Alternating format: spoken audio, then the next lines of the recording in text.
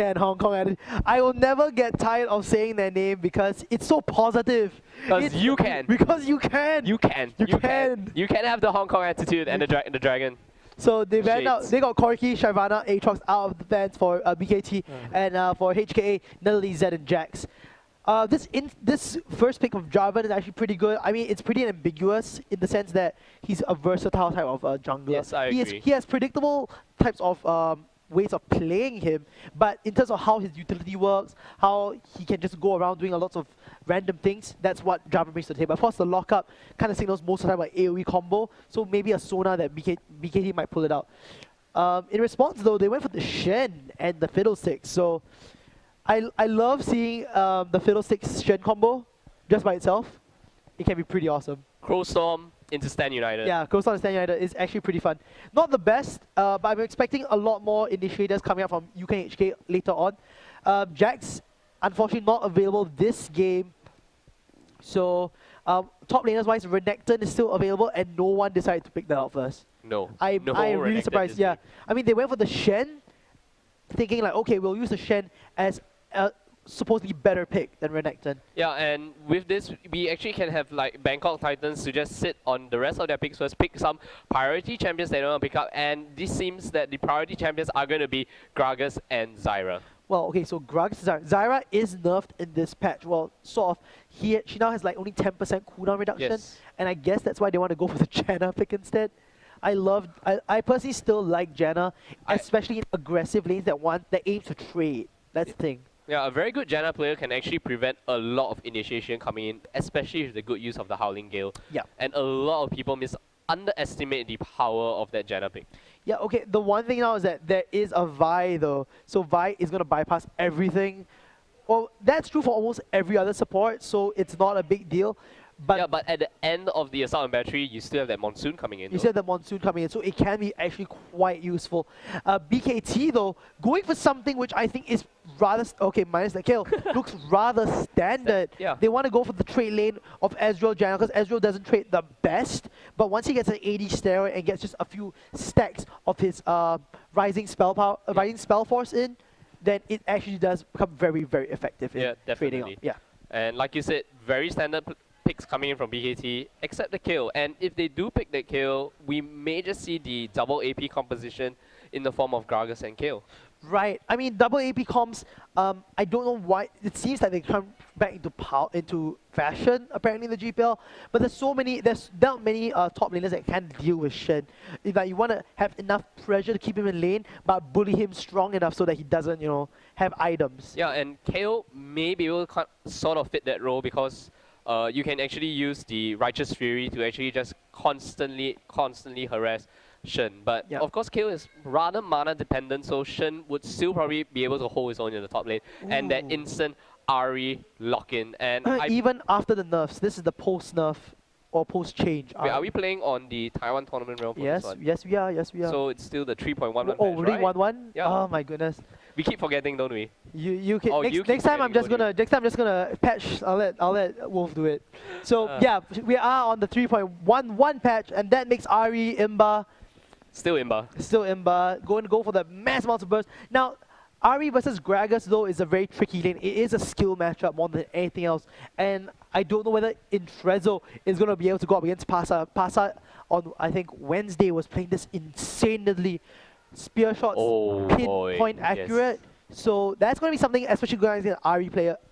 That was too fast. Especially going up against an Ahri player, you need to be very wary of how you move around. That charm, once it hits, most of the time you're just out and down for the count. Yeah, and if we're actually going for standard mid lane matchups, assuming that Gragas and Ahri actually meet each other in the mid lane, we will probably see some very good roam coming in from both sides, because both Ahri and Gragas can easily just force each other out of lane depending on who actually wins out in the early levels of trade, and just roam and just destroy the other lane. It's very important for the junglers this game, especially because Warlock will be the one who needs to get that earlier pressure as compared to Vi. But Vi's dueling power will scale up slightly better than Jarvan's, who is more utility-based. Now, I'm surprised, though, because usually when I think Jarvan, I'm thinking I want mass AoE damage, or I want enough lockup to keep my carries alive. But in this case, they went for the Janna and Gragas, which don't always synchronize with the Cataclysm. So as compared to, let's say, UCAN Hong Kong Attitudes roster, I love the Vi, I love the Shen. These guys combo so well. Ari as well. These mobile champs that give you so much space to play in the skirmish is going to be the thing that makes the difference in the mid to late game. Yeah, exactly. And like you said, the disengage potential coming in from the Bangkok Titans kind of negates some of that crazy initiation burst coming in from UCAN HKA. And if they are able to use the disengage well, they can burn some of the what you call that initiation potential, and maybe single out a target and make it a 4v5 instantly. Yes. And just a sidetrack, I can't wait till we get the Popstar Ari skin, then I can just sit here and just not cast the whole day and stare. Yeah, a little call out to Chris because he's been talking about the Popstar Ari skin non-stop. So we have to find out why he's actually talking about that Popstar Ari skin all the time. Yeah, that perf. Okay, so now we're going to see actually a gather up of 5 men. And here Mythic-Q. Mythic-Q was a beast that day, by the way, and now he's going in. Will he go for the taunt? No, misses the taunt, but gets spotted out by the ward. This is looking very dire. Oh my goodness, they get the spawn out, and a lot of vision covered. Perhaps dropping extreme low fire as well, gets hit by the exhaust, and God needs to get that damage out. A flash, and Ignite goes on to Fi. Not enough. A nice use of, oh my goodness, going for the flash taunt. Getting everyone. Now that is just beast. And now HKA coming back for the counter attack. Getting a charm onto Quasar. He's gonna drop really low. Perhaps picks up this kill. 5 from the side. Almost getting out. A double kill. Oh my goodness, almost dancing one more time. And God getting the flash. Oh, and missing out the Piltover Peacemaker at the last moment. Wow, this was supposed to turn very badly for UCAN Hong Kong Attitude, but the moment they stepped into Tribush, Mythic-Q with the fantastic taunt into the entire team, allowing UCAN Hong Kong Attitude to pick up 3 kills in the early stages of the game. He went for the 5-man extended flash taunt. Oh my goodness. I just had this great feeling go through my body. It was insane. And you know what? They won it because they had the UCAN Hong Kong Attitude. Yeah, because you can. They can. They said they could, and they did. Wow. I love these guys already. So what happens though is that they sent Intrezo to the top lane to play that Gragas to go up against Engod, and they're also saying perhaps to go 2v1. Now that's going to be a bit of an issue. Pasa going to the mid lane, I think it's actually very favorable for Pasa because she can farm on that turret really well with Orb Perception. She can. She can because she got the attitude. And Mythic-Q, last week we saw Mythic-Q, in fact he's been going for a lot of 2v1s recently, and he's always come on top of it. Yeah, he's really comfortable with the 2v1s, and it just shows, and I expect this game he's going to come up very strongly. Yep. And not only that, the early kills that they managed to get allowed Fiddlesticks, perhaps, to pick up the Philosopher's Stone. And that's going to really snowball the amount of gold income coming in for perhaps. They can even go in for that early Shredder's Revelry, which, you know, it's not that obscure an item choice because it will allow Vi and the whole team to just kind of do this mid lane Zerg tactics. Wow. And I actually like it quite a bit. Vi showing presence in the mid lane, not getting anything out of Kaiser. I expect Vi though, as Vi has normally done, to go into the bottom lane and actually stop this 3v, which is actually kind of strange because normally we don't see this 3v2 happening. And the nice on to set, waiting for the flag spear combo, not coming in. Vi from the side, gonna signal Warlock out, not the best moment to be in. Flag spear's out, and inside, look at that, they came out with actually SKLZ going real low and Sec as well. Yeah, and Mythic-Q can just easily farm out a turret using the Vorpal Blades as well as the Key Strike, and that's just gonna... Mythic-Q is gonna be extremely happy with that trade in the bottom lane. That was a great use of the Shadow Dash, just to see how far they can actually push that advantage. Yeah, and if Sec actually didn't use the Arcane Shift to go into the turret to actually close the distance, I think Mythic-Q will be in a completely different position. Going in for the taunt once again. Gets the Vorpal Blade attacks now. Mid lane, Kaiser gets hit by the taunt! Oh my goodness, and the charm lands. Kiss of death ensures. Top lane, they're getting enough damage on the turret, and in Fresno, Gragas needs that bit of the AP to clear out this wave, and perhaps with that irritating fear, nothing's going to stop them from harassing this turret down. Nothing at all. I mean, look at that. UCAN Hong Kong Attitude beats Intrezo in the top lane, beats Quasar in the mid lane and I would have to say really destroys. Yeah. Mythic Q just kind of handled the situation by himself, and Phi wasn't even needed in that 3v1 dive. In fact, you're right. He's been handling this 2v1 just perfectly the entire time by being aggressive, and you don't normally see that. Most of the time you think, okay, I'm in a 2v1er, I'm going to just sit behind my turret, try to get as much CS as possible, and hopefully my 2v1 lane is actually winning out. Like, you want your 2 to be stronger than their 1. Yeah, and if, like you said, if the 2 is stronger than their 1, it's going to work out, but Mythic Q just brings it to a whole new level because his 1 is stronger than the 2. Yes, that's the crazy part. So Shen went back, got himself Vamp Scepter, and Doran Shield. Vamp Scepter because that's gonna build into a real good item. Because that's gonna build into a Blade of the Ring King. Why? Because he has that long sword there. No boots needed. Because Edition. He Mythic Q. Oh, and they go in for the taunt, gets the whole combo on Kaiser, forcing that flash, but the Ignite takes off, and Basa getting that kill. Basa! I was so excited. That's really good. Like, I love it, especially if Vi can snowball Slammy earlier, because once she gets rolling, the items allow her to build more DPS rather than just pure tanky. Perhaps dropping very low as well. Warlock gets that kill. No, Trezor picks that one instead. A trap, a nicely set trap here. And God, going to get that final crit with the headshot and the bonus 1 goal. Yeah, and look at that. The 2v2 actually going even in the top lane itself, where actually I would say you can Hong Kong Attitude coming in with the better fight there, because it's perhaps the support against Warlock, the jungler, that died. So and SK was there dropping real low. The Ignite was there, but not enough burning out that flash at the very least. So that's going to be okay. I realized how that 1 goal came out was actually that nice goal. Oh, Pasa coming for the charm, misses it out a bit, waiting for that last bit, and looks like Angor will take that last hit. Very nicely done, and though. As I was saying earlier, whoever wins in that mid lane will definitely get that roam going on. It's so much better to get a roam going on. In fact, I'm kind of surprised that they wanted to send Kale down to the mid lane. Simply because the roam potential isn't that great as Gragas, who can set up more kills way, way easier. On the other hand, Ahri can go bot or top and be more effective, you know? Yeah, and with this, I think you can Hong Kong Attitude with Engod in the top lane alone is just going to single-handedly take down the turret. The minion wave is definitely going to push and take down that top lane turret. And as I said, it's going to go down, it goes down. And we actually have Engod coming back with a huge amount of gold in his pocket. And let's see what he actually picks up. He picks up the BF Sword as well as the Berserker Scream straight off. And it seems that they are probably just going to control the map using the vision control.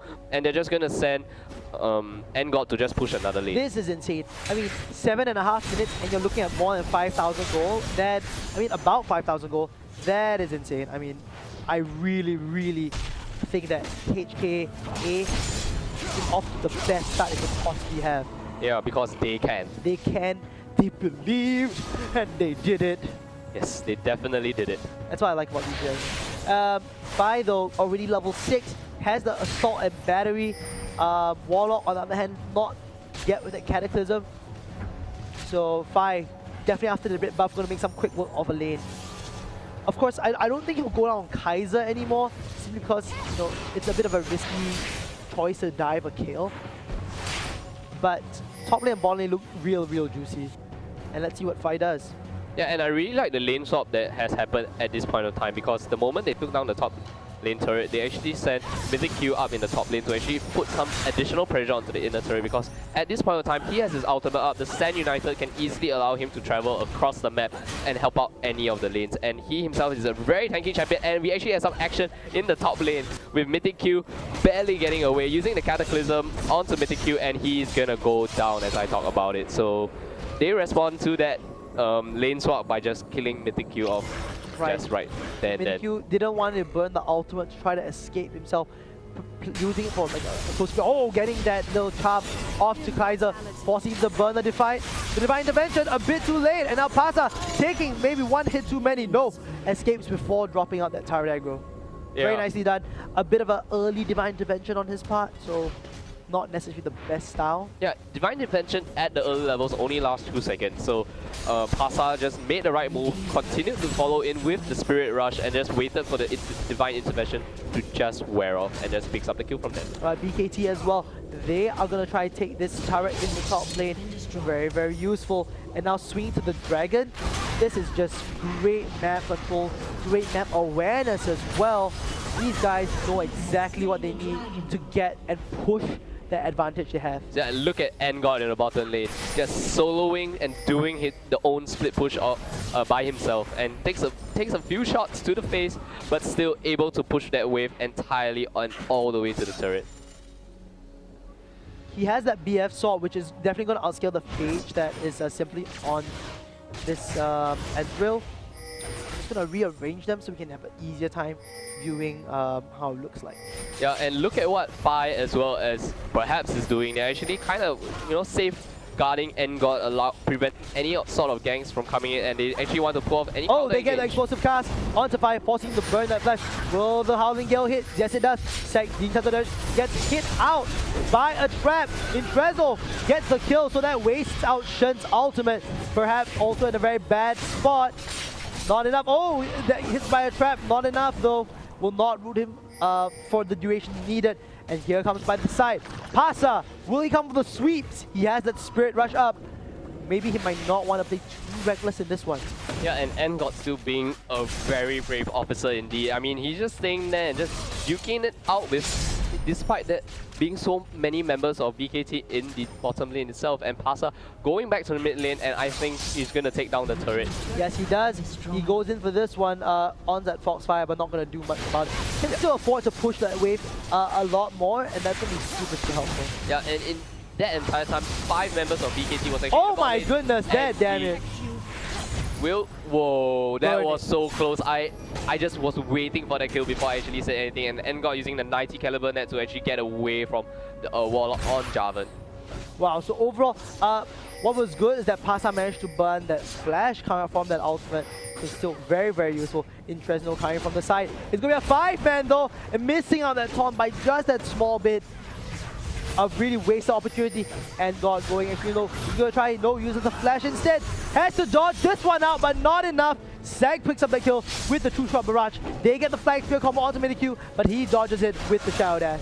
Yeah, BKT not giving up at all, not allowing HK to just kill them and snowball the game to the victory. They still manage to pick up turrets, they still manage to pick up kills, and they are not giving up. It seems that they are wanting desperately to shield this, to actually siege this mid lane turret. Right, and for the side of UCAN HK, they only have like a few ultimates up at the moment.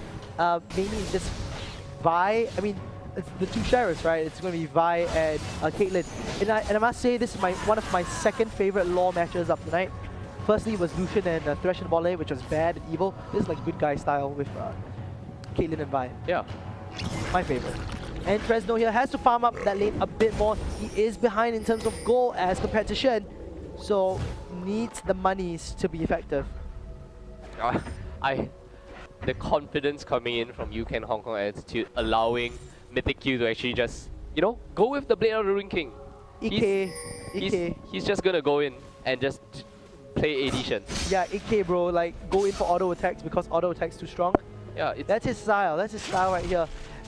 And I wouldn't be surprised. Mythic Q has been carrying a lot of the games for HKA, at least in the first weeks that we've watched them in the GPL. And currently, HK is just standing at the top of the table. I don't think they have dropped the game yet. No, not yet. This is their 4th game of the week. I mean, plus the final game of this week. And if they win this one, then it's a 4-0 win streak.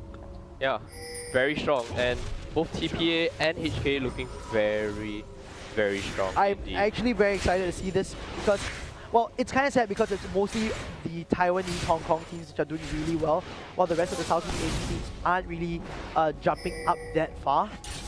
But with that being said, it means that the level of competition within the GPL as a whole is actually spiking up, and that could be really helpful in helping these, well, lower teams climb back up in terms of skill and awareness. I agree, and we cannot count out the rest of the teams. That was just really fast. That was a super fast D-ward coming in from them. And once again, super. That's good. That's good reaction from the guys. Yeah.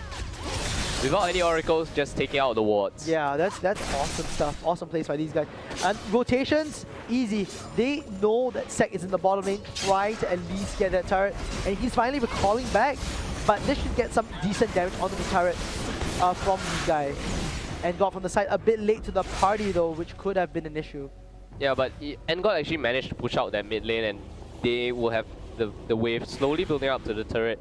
And losing that farm will be kind of detrimental to what BKT wants to do, which is to catch up to UCAN Hong Kong attitude. And I like what Mythic Q and Fire are doing. They're actually just hiding in the bush to prevent any sort of engage coming in on the side of Bangkok Titans. Yeah, it's looking really nice for them at the moment. I think they have an easy way of getting just this turret out. And got taking one hit now. The charm misses, not good enough. Just wait a bit more for this wave to come in, and once it's done, it's already at 1/3 health. Yeah. They can just siege this one out. And look going in for the Flag Spear combo. They catch on to perhaps a big dump of damage. And Engod caught in just a sticky situation by going in for the disruption with the Vault Breaker. She's going to be a beast. Coming for the side. Ari with the Shenton. They're going to go deep with this one. SKLZ dropping extremely low. Mythic Q taking tons of damage. They get one kill for Kaiser. It's a trade 2 for nothing so far. And this is looking good for Bangkok Titans. Yeah, Warlock going in again. They aren't stopping this chase because they want to pick up as many kills as possible. And that was an amazing engage coming in because Bangkok Titans are so happy to win that fight. They take that fight 2-0. That was really good for them, especially for the fact that they were the ones that started it out. Warlock made a really decisive move there. They saw two of them were out of position. Fiddlestick, easy target. They went in, hit the Flag Spear, bam, made a play. And that's exactly what you should do when you're playing from behind and it looks dire.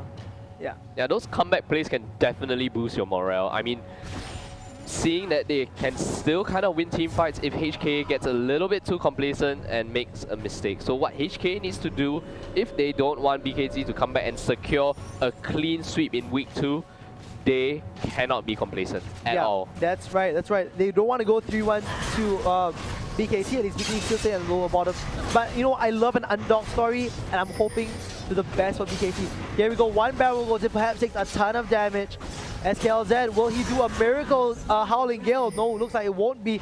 Spy coming in from the side. Engod also gets some damage done, but they will back out knowing that they had that victory in the in their hands. Not their pants, I mean, okay, in their pants, whatever. Either or is good. Yeah, UCAN Hong Kong attitude definitely doesn't want to Oh, Mythic Q caught in a bad position, gets a taunt out, and in Trezzo, more than happy to pick this one up, but no, Warlock says, spear mine, gold, give me. Yeah, it was a great exploding cast coming in from Intresno because he actually managed to knock Mythic Q back despite having the Shadow Dash and taunt out a little bit of a spike there. And we actually have the entire team of the Bangkok Titans milling up the mid lane and hoping to get this middle outer turret. That wasn't a spike, that was just how good BKT is. They just insta-clear away. Oh. Super strong. Spy coming from the side, gets the Vault Breaker, he only punches onto Warlock. Not want to go for any fancy moves here. Gets poked a bit by Sek, and you know what? Surprisingly, Sek here at the item advantage now, holding on to that Trinity Force. Now, yes, Caitlyn will have the superior 1-to-1 damage, but in this fight, they actually are looking at a siege as more important. Yeah, the pokes coming in from the Mystic Shots will definitely deal a lot of damage because the Mystic Shots itself will actually proc the Trinity Force. The extra damage coming from the Trinity Force.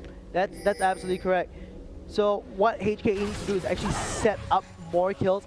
I'm surprised that Phi hasn't built up more tanky. I mean, his CS actually is pretty bad. But with that being said, what he can do is actually try to initiate these fights a bit better and not wait for Mythic Q to do it.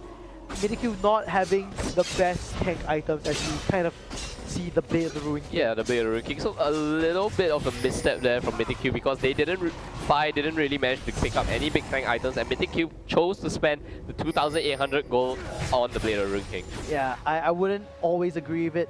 He does have some items, I mean other items to back it up, but still, once your opponents start, well, I don't know why we had to reconnect, but once your opponents start building up decent damage items, as Ezreal has already picked up, it can be a big issue. Yeah. And it just seems that BKT will just like to farm it out and try to catch back in the goal because they've lost all their outer turrets, and all they need to do now is actually to fight it out in their inner turrets. And if they can get one of those fights out once more, they may be able to just take out more objectives and slowly crawl their way back into the game. Right, but if if HKA can at least set up a trap, like set up some good gangs, get that vision out, they actually can do so much more. Here, Warlock thinking that he can set up the same thing he did twice, but once bitten, twice shy. Are they going to try? Warlock coming in for the flag spin combo, catches two of them, gets the Vault Breaker and wastes out the Cataclysm. Yeah, but in this time, while BKT is trying to set up a play, we have Mythic Q in the bottom lane, split pushing Split push towers. This two turrets, all the inner turrets going. Oh, they get onto stack. The charm, a very nice use of the exploding cast. Some stuff happens, and looks like UKHK come up with a small victory over this one. No death, trading for two. Yeah, may be able to take down the the inhibitor turret here in the top lane, and a very close shadow dash being arcane shifted away by Ezreal. Very, very close. All these guys need to back out now. Kaiser at the side, just waiting for the opportune moment. No, he'll decide, screw it, I'm gonna get out of here, and everyone just departs and disengages. Yeah, they are gonna be very happy with that. They took three turrets actually, as well as the inhibitor, and they did not lose a single member. So UCAN Hong Kong Attitude definitely happy with this fight. They pulled the goal lead to 11.5 thousand gold. This is gonna be really easy for them now. Now that they have the top turret gone, they can easily set up for like maybe a Baron fight or try their best, knowing that they have enough resources to go head first, really. Definitely. And what's going to happen is that I said earlier, Bangkok Titans need to defend their inner turrets, and they did not manage to do that because both inner turrets are now down and they have the inhibitor down. So what do they have to do? I mean, UCAN Hong Kong Attitude definitely have the superior pushing power now because Super Minions are streaming and will be streaming into the Bangkok Titans base very soon. Oh, they're streaming Unwatch as well. Yeah, they're streaming. So best streamers ever. I hope they have more viewers than me, because I have none. So Mythic Q coming from the side, that's a very depressing thought to end the night, by the way. Yeah, they want to set up this Baron fight, and Mythic Q can do that split push Shen. That is just so irritating with the Stagger Knight coming out in about 1/3 left of the cooldown. Now that's going to be interesting because looks like they are already showing their cards before it can be safely secured as a tactic. And I don't know, it could be a misplay coming from UCAN HK. They get the charm onto Warlock, not much damage. Warlock still on the offensive. Didn't take all too much from the charm and a double Q combo. I really like what UCAN Hong Kong Attitude is doing now because they definitely do not want to go for the Baron just yet. And they're just trying to bait BKT into a very susceptible position for them to flank and actually get a kill onto them. Yep, and they show themselves back in mid lane. So this is good. Oh, and got caught way out now, waiting for the right moment. Burnt the flash already, and looks like that would be a free escape. While on the other hand, we're looking at Mythic Q going to the bottom lane. Yes, the True Shot Barrage comes in, gets a few of those minions out of the way, and Mythic Q just waiting at the back. They have no one to respond to this Mythic Q split push at this point of time because if they actually send someone down to the bot lane, I still feel that Mythic Q is far enough ahead to deal with anyone that that's is for sure, that's for sure. Like, the item disparity is so intense. Anyone who's caught out by the Hong Kong attitudes, it's... Yeah, I mean, that was the only sound effect I could make to compensate for how crazy it could be.